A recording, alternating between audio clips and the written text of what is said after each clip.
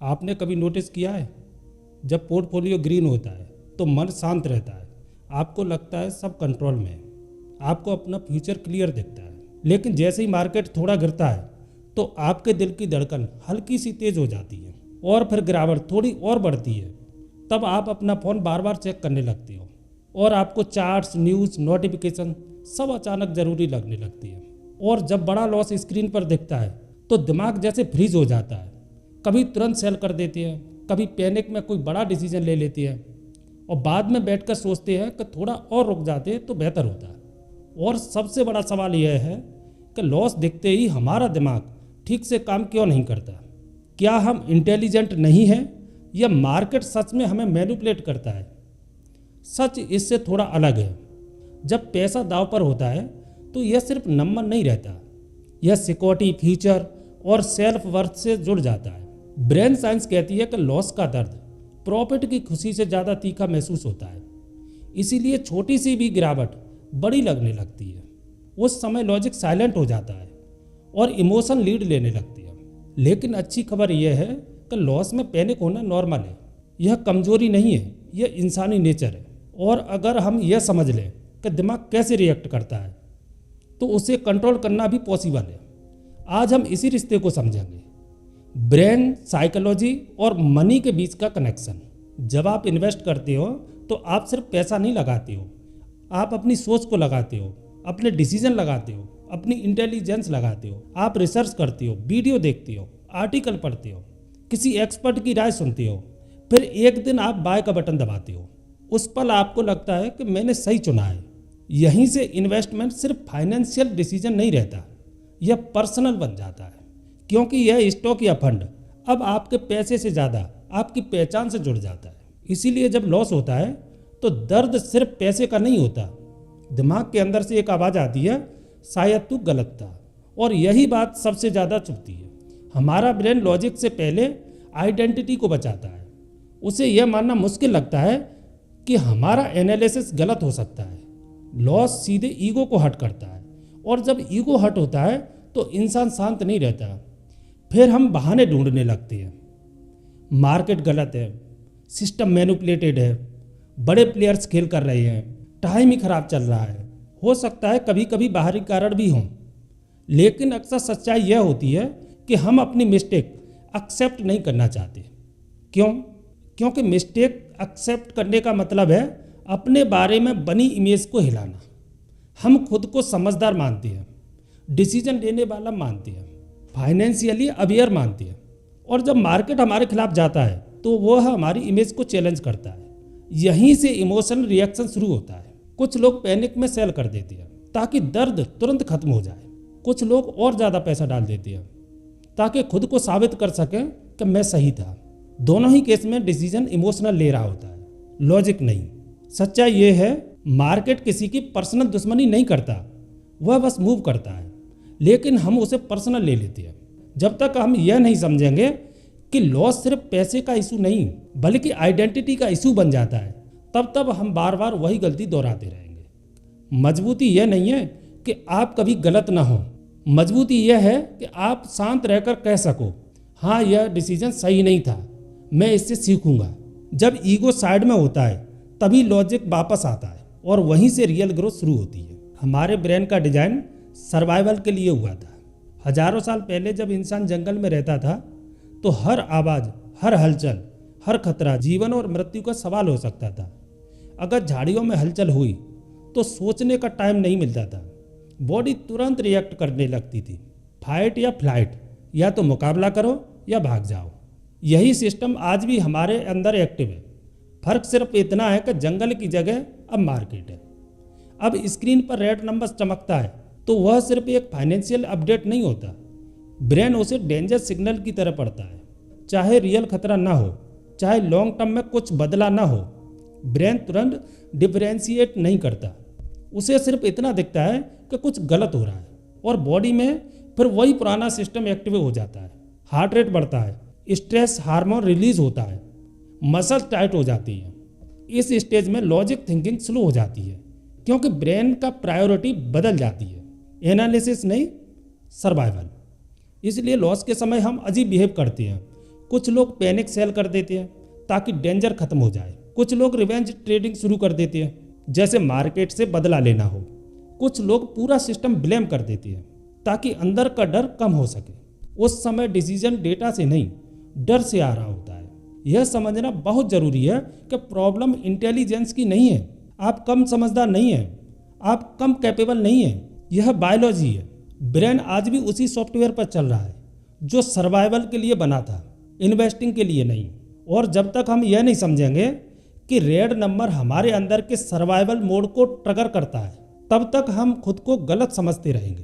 पहला step control का यही है, यह मानना कि रिएक्शन नेचुरल है।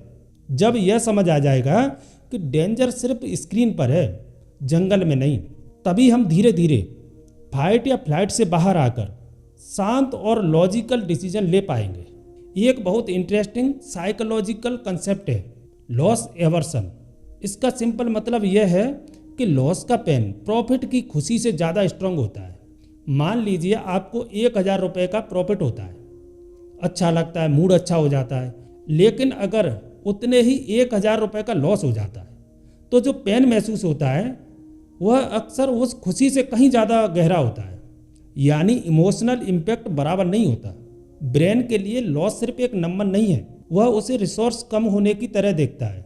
और रिसोर्स कम होना सर्वाइवल के नज़रिए से नेगेटिव सिग्नल है। इसलिए छोटा सा रेड नंबर भी दिमाग को डिस्टर्ब कर देता है। आप जानते हैं कि मार्केट में उतार चढ़ाव नॉर्मल है। आपने पहले भी गिरावट देखी है, फिर भी जब आपका पोर्टफोलियो रेड होता है तो अंदर हलचल शुरू हो जाती है, क्योंकि लॉस को एक्सेप्ट करना ह्यूमन नेचर के अगेंस्ट है। हम नेचुरली पेन अवॉइड कर सकते हैं। हम ऐसी सिचुएशन से दूर भागना चाहते हैं जहां हमें नुकसान महसूस हो। इसी वजह से इन्वेस्टिंग में एक कॉमन बिहेवियर दिखता है। जब मार्केट गिरता है तो लोग कहते हैं थोड़ा और होल्ड करते हैं, वापस आ जाएगा, अभी सेल करके क्या फ़ायदा। कई बार लॉन्ग टर्म स्ट्रेटजी के तहत होल्ड करना सही भी हो सकता है, लेकिन कई बार सिर्फ हम होप पर टिके रहते हैं। क्यों? क्योंकि लॉस बुक करना मतलब पेन को ऑफिशियली एक्सेप्ट करना। जब तक हम सेल नहीं करते तब तक दिमाग कहता है अभी तो रियल लॉस नहीं हुआ है। यह हमें अस्थायी राहत देता है, लेकिन कई बार यही डिले बड़ा नुकसान भी करा देता है। लॉस एवर्सन हमें सिखाता है कि हम लॉजिकल नहीं, इमोशनल प्राणी है। इसको समझना कमजोरी नहीं है, यह अवेयरनेस है। जब आप पहचान लेते हैं कि आपका डिसीजन पेन अवॉइड करने के लिए है या रियल एनालिसिस के लिए है, तभी आप धीरे धीरे इमोशनल से ऊपर उठकर ज़्यादा बैलेंस्ड और कॉन्शियस डिसीजन ले पाते हैं। आज की सबसे बड़ी प्रॉब्लम क्या है? कंपैरिजन। पहले लोग सिर्फ अपने रिजल्ट देखते थे, अब हम हर दिन दर्जनों लोगों के प्रॉफिट स्क्रीनशॉट देखते हैं। जब आप खुद लॉस में होते हैं और उसी समय सोशल मीडिया पर किसी का रिकॉर्ड प्रॉफिट पोस्ट दिखता है तो अंदर की बेचैनी और बढ़ जाती है। दिमाग तुरंत कहानी बनाता है, सब कमा रहे हैं, सिर्फ मैं ही पीछे हूँ, शायद मेरी ही गलती है, शायद मैं ही गलत हूँ। यहीं से इमोशनल प्रेशर डेवलप हो जाता है। पहला दर्द अपना लॉस, दूसरा दर्द दूसरों से तुलना, और यह कॉम्बिनेशन बहुत भारी पड़ता है। लेकिन रियलिटी क्या है? हर इन्वेस्टर लॉस फेस करता है। हर किसी का पोर्टफोलियो कभी ना कभी रेड होता है, कोई भी हमेशा ग्रीन में नहीं रहता। फर्क सिर्फ इतना है कि लोग प्रॉफिट शेयर करते हैं, लॉस नहीं। सोशल मीडिया एक हाईलाइट रील है, यहाँ लोग अपना बेस्ट मोमेंट दिखाते हैं, पूरा सफर नहीं। कोई यह नहीं दिखाता कि उस प्रॉफिट से पहले कितनी गलतियां हुई, कितनी बार पैनिक हुआ, कितनी रातें टेंशन में गुजारी। जब हम आधी जानकारी देखकर पूरी कहानी बना लेते हैं तो कंपैरिजन और खतरनाक हो जाता है। लॉस वैसे ही पेनफुल होता है, ऊपर से जब हम खुद को दूसरों से कम समझने लगते हैं तो वह पेन डबल हो जाता है। फिर हम जल्दबाजी में डिसीजन लेते हैं, सिर्फ इसलिए कि मुझे भी दिखाना है या मुझे भी जल्दी रिकवर करना है। यही सबसे बड़ा रिस्क शुरू होता है। सच्चाई यह है कि इन्वेस्टिंग पर्सनल जर्नी है, कंपटीशन नहीं। आपका फाइनेंशियल गोल, आपकी रिस्क कैपेसिटी, आपका टाइम होराइजन सब अलग है। किसी और की टाइमलाइन देखकर अपनी स्ट्रेटजी बदलना अक्सर गलत दिशा में ले जाता है। जब आप यह समझ लेती हैं कि सोशल मीडिया की दुनिया पूरी तस्वीर नहीं दिखाती, तब कंपैरिजन का असर धीरे धीरे कम होने लगता है। और जब कंपैरिजन कम होता है तभी आप अपने लॉस को शांत दिमाग से देख पाती हैं, बिना खुद को जज किए। लॉस के समय ज़्यादातर लोग 3 बड़ी गलतियां करते हैं, और ये गलतियां इंटेलिजेंस की कमी से नहीं, इमोशन के ओवर एक्टिव होने से होती हैं। पहली गलती है पैनिक एग्जिट। मार्केट थोड़ा गिरा, पोर्टफोलियो रेड हुआ और बिना पूरा एनालिसिस किए सब बेच दिया। उस समय दिमाग सिर्फ एक चीज़ चाहता है, दर्द खत्म हो। सेल बटन दबाते ही थोड़ी सी राहत मिलती है, लगता है अब टेंशन खत्म। लेकिन कई बार कुछ हफ्तों या महीनों बाद मार्केट रिकवर करता है और तब आता है रिग्रेट। काश थोड़ा रुक जाता, काश प्लान फॉलो किया होता। पैनिक एग्जिट में डिसीजन स्ट्रेटजी से नहीं, डर से आता है। दूसरी गलती रिवेंज ट्रेडिंग। लॉस हुआ, ईगो हर्ट हुआ और अंदर से आवाज़ आई, अब इसे रिकवर करना है। फिर इंसान डबल पैसा लगा देता है या हाई रिस्क ट्रेड ले लेता है। यह डिसीजन शांत दिमाग से नहीं होता, यह इमोशन से होता है। रिवेंज ट्रेडिंग का मकसद प्रॉफिट नहीं होता, मकसद होता है अपने आप को सही साबित करना। लेकिन मार्केट इमोशनल नहीं समझता, वह सिर्फ मूव करता है और अक्सर इस जल्दबाजी में लॉस और बड़ा हो जाता है। तीसरी गलती है होप मोड। कई बार क्लियर सिग्नल मिलता है कि एग्जिट करना बेहतर है, फंडामेंटल बदल चुकी है या आपका ओरिजिनल प्लान टूट चुका है। फिर भी इंसान कहता है बस थोड़ा और वेट करती है, इतना गिर चुका है अब क्या और गिरेगा। यहाँ होप स्ट्रेटजी बन जाती है। लेकिन सच यह है कि होप प्लान नहीं होता। इन्वेस्टिंग में पेशेंस जरूरी है, लेकिन ब्लाइंड होप खतरनाक हो सकती है। पेशेंस तब काम करती है जब आपके पास क्लियर थीसिस हो। होप तब शुरू होती है जब थीसिस टूट जाती है और हम इस दर्द से बचना चाहते हैं। इन तीनों गलतियों की जड़ एक ही है, अनकंट्रोल्ड इमोशन। पैनिक एग्जिट से आता है और रिवेंज ट्रेडिंग ईगो से, और होप मोड पेन अवॉइड करने से। अगर हम लॉस के समय डिसीजन लेने से पहले रुक जाएं, गहरी सांस लें और खुद से पूछें यह डिसीजन डेटा पर आधारित है या इमोशनल पर। लॉस से बचना हमेशा पॉसिबल नहीं है, लेकिन लॉस में गलत रिएक्शन से बचना पूरी तरह हमारे कंट्रोल में है। अब सबसे इम्पोर्टेंट हिस्सा, लॉस के समय दिमाग को कंट्रोल कैसे करें। पहली बात समझ लीजिए, इमोशनल आना नॉर्मल है, उसे रोकना जरूरी नहीं, उसे मैनेज करना जरूरी है। पहला रूल, डिसीजन डिले करो। जब इमोशनल हाई हो तब बड़ा डिसीजन मत लो। अगर पोर्टफोलियो रेड है और दिल तेज धड़क रहा है तो खुद को 24 घंटे दो। मार्केट कहीं भाग नहीं रहा, लेकिन आपका एक इमोशनल डिसीजन लंबे समय तक असर डाल सकता है। डिले का मतलब भागना नहीं, शांत होना है। दूसरा रूल, प्री डिफाइंड प्लान रखो। इन्वेस्टमेंट करते समय ही तय करो कि एंट्री क्यों ले रही हो, किस कंडीशन में एग्जिट करोगे, कितना रिस्क लेने को तैयार हो। जब एंट्री के साथ एग्जिट क्लियर होता है तो लॉस के समय कंफ्यूजन कम होता है। तब डिसीजन इमोशनल से नहीं, पहले बने सिस्टम से आता है। तीसरा रूल, स्क्रीन टाइम कम करो। लॉस के समय बार बार पोर्टफोलियो देखना स्ट्रेस बढ़ाता है। हर 5 मिनट में ऐप खोलना, सिचुएशन नहीं बदलना, सिर्फ एंग्जाइटी बढ़ाता है। अगर आप लॉन्ग टर्म इन्वेस्टर हैं तो हर दिन के उतार चढ़ाव को माइक्रोस्कोप से देखने की जरूरत नहीं है, कभी कभी दूरी स्पष्टता देती है। चौथा रूल, एक्सेप्ट करो कि लॉस गेम का पार्ट है। इन्वेस्टिंग कोई सीधी लाइन नहीं होती, यह ऊपर नीचे का सफर है। हर सफल इन्वेस्टर ने लॉस देखे है, फर्क यह है कि उन्होंने उसे फेल्योर नहीं माना। लॉस का मतलब यह नहीं है कि आप गलत इंसान हैं, इसका मतलब सिर्फ इतना है कि मार्केट मूव कर रहा है। जब आप लॉस को प्रोसेस का हिस्सा मान लेते हैं तो डर कम हो जाता है।